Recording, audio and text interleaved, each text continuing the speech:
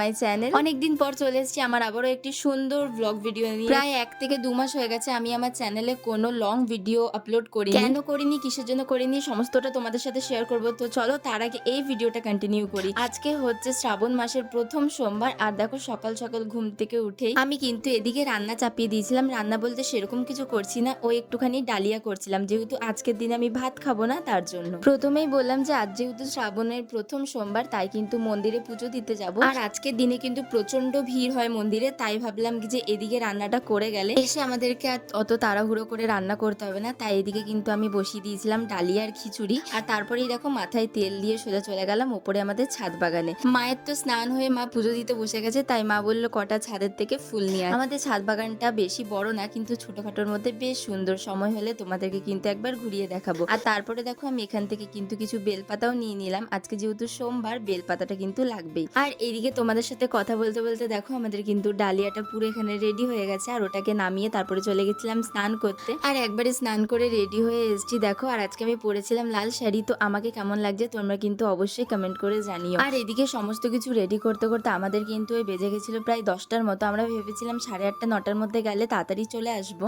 আর কখনোই কিন্তু যেই টাইমে বলবো যে বেরোবো সেই টাইমে কিন্তু একদম বেরোনো হয় না, বরং লেটই হয়ে যায়। তারপরে বেরিয়ে পড়ে আমাদের এখানকার মিষ্টির দোকান থেকে কিন্তু মিষ্টি কিনে তারপর সোজা চলে গেছিলাম ভিরিঙ্গি কালীবাড়িতে। আর গিয়ে পরে দেখো লাইন কত এখানে। আমি তো প্রথমে বলেছিলাম যেহেতু আজকে সোমবার, আজকে কিন্তু অনেকটাই ভিড় হবে। অনেকক্ষণ লাইনে দাঁড়াবার পর ফাইনালি কিন্তু এখন চলে এসেছি শিব ঠাকুরের কাছে। আর যেহেতু প্রথম সোমবার, তাই বাইরে যেরকম লাইন সেরকম কিন্তু ভিতরেও ভিড় আছে। আর ভেতরে দেখো এত ভিড় যেখানে মানে পুরোহিত মন্ত্র বলছে, তো সেই আমরা কিন্তু আর মন্ত্রটা উচ্চারণ করতে পারছি না, এতটাই তাড়াহুড়ো ছিল। আমি তো তোমাদেরকে একটা কথাই সাজেস্ট করবো, তোমরা যদি এখানে এসে পুজো দিতে চাও একদম সকাল সকাল এসো, তাহলেই কিন্তু ফাঁকা থাকবে। আর আমি যে টাইমে গেছিলাম একদম ফাঁকা ছিল না, বরং উল্টে কিন্তু আরো ভিড় ছিল। তারপর ওখান থেকে বেরিয়ে মায়ের কাছে গিয়েছিলাম, আর মায়ের কাছে গিয়ে তো মনটা পুরো ভরে গেল। আর তারপরে গিয়েছিলাম হচ্ছে এই পুকুরটার পাশে। এই পুকুরটাতে আসলে কিন্তু একটা আলাদাই শান্তি। যারা তোমরা এখানে এসে পুজো দাও, এই পুকুরের সামনে এসে বসো, তারাই কিন্তু একমাত্র এটাকে ফিল করতে পারবে। আর তারপরে দেখো ওখান থেকে বেরিয়ে সোজা চলে গেলাম হচ্ছে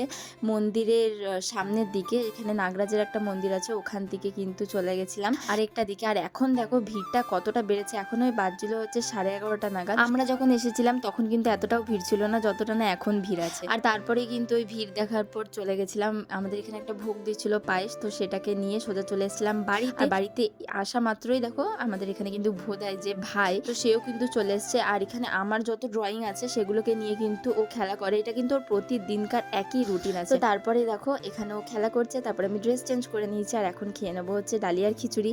আর তোমাদেরকে যেটা বলেছি যে আমার এতদিন ভিডিও দিতে পারিনি একটাই কারণ, সেটা হচ্ছে শরীরটা খুব একটা ভালো ছিল না, মন মেজাজও ভালো ছিল না, তার জন্যই কিন্তু আমি ভিডিও দিতে পারিনি। আর তারপরে দেখো এসে পরে কিন্তু প্রচন্ড জোর খিদে পেয়ে গিয়েছিল, তাই কিন্তু এখন খেয়ে নিচ্ছি ডালিয়ার খিচুড়ি, ঘি আর ছিল পটল ভাজা। চলো আজকের মতো তাহলে ভিডিওটাকে এখানেই শেষ করছি। তোমাদের কেমন লাগলো অবশ্যই জানিও।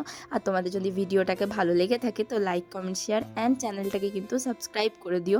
চলো আজকের মতো এই পর্যন্তই, দেখা হচ্ছে নেক্সট ভিডিওতে। ততক্ষণ অবধি সবাই ভালো থেকো, সুস্থ থেকো, টাটা।